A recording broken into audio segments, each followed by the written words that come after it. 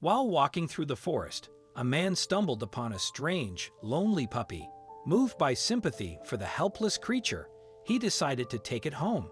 Not long after, he brought the unusual animal to a veterinary clinic, where the vet, upon seeing the puppy, stared in astonishment, his mouth falling open in disbelief.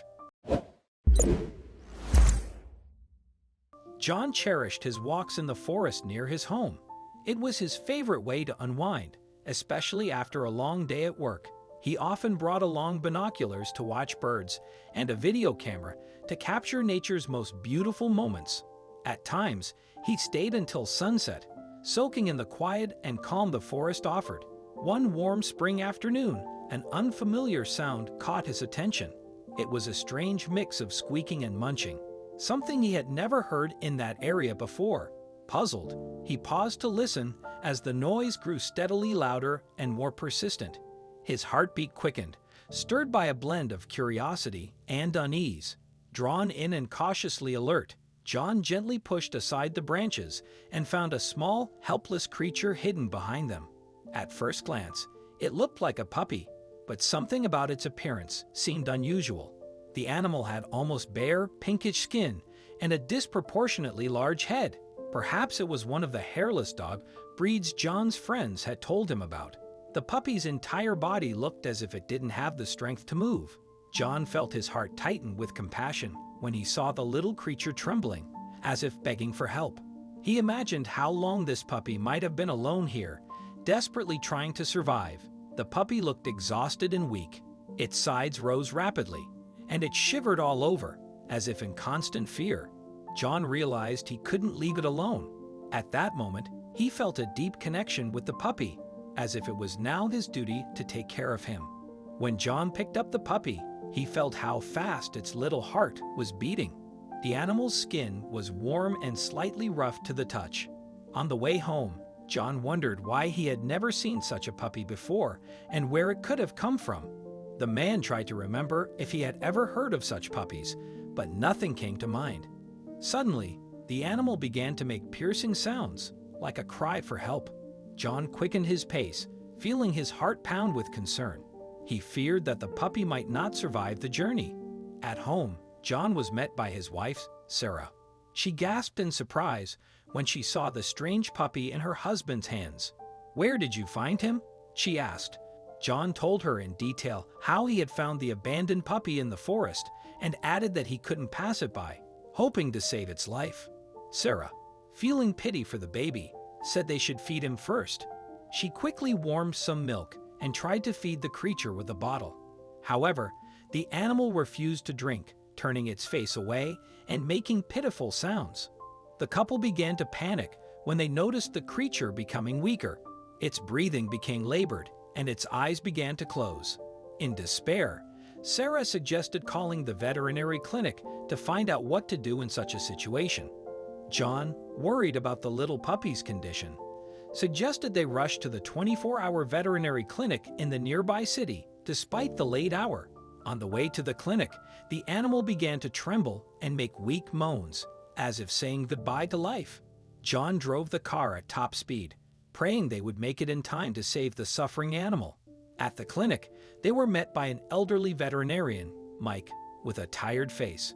Seeing the unusual puppy, he frowned and quickly led them to the examination room. "Where did you get him?" Mike asked sternly, starting the examination. While the vet worked, John and Sarah waited in the corridor. Finally, the vet came out to them, his face very serious. "I managed to stabilize him, but I've never seen such an animal before. We need to do more tests," said Mike. They watched every movement of the puppy, whom they named Buddy, hoping he would recover by morning. They thought the animal was feeling a little better. The puppy even tried to stand on its strange legs, giving the couple a mixed feeling of relief and anxiety. Buddy spent another day in the clinic, after which the vet told the couple they could take the puppy home. John and Sarah happily took Buddy home, confident that everything would be fine now. 2 days later, veterinarian Mike called them to check on Buddy's condition. He also said that his zoologist colleagues were very interested in the unusual creature.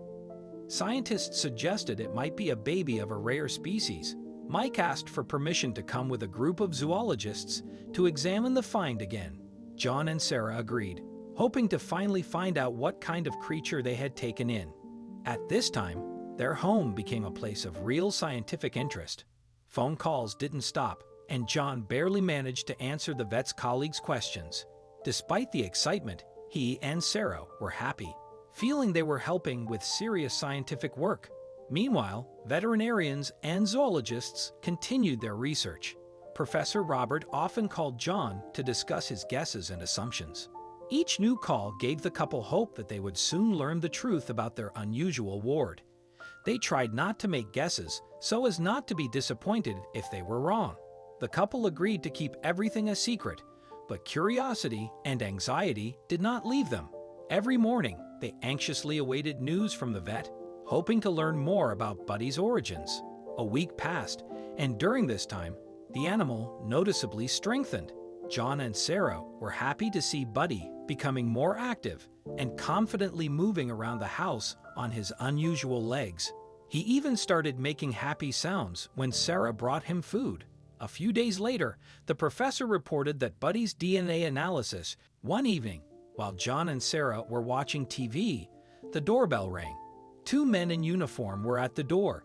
They introduced themselves as zoo employees and asked if the couple had found any unusual animals lately. John and Sarah exchanged glances.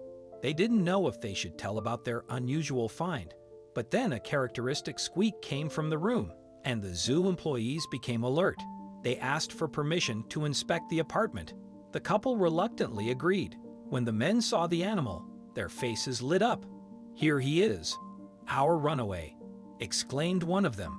It turned out that the cub found in the forest was a rare type of pig, a babirusa, that had escaped from the zoo through a gap in the fence. The zoo staff said that its mother was very upset after his disappearance and had refused to eat. They asked to return the cub. John and Sarah were sad to part with their unusual pet, but they understood it would be better for the animal. They petted him goodbye and even shed a tear. The zoo staff thanked them for taking care of the cub and invited them to visit him anytime. They also reported that the zoo management had decided to reward John and Sarah with lifetime free tickets. Since then, the couple made frequent visits to the zoo to see their former pet.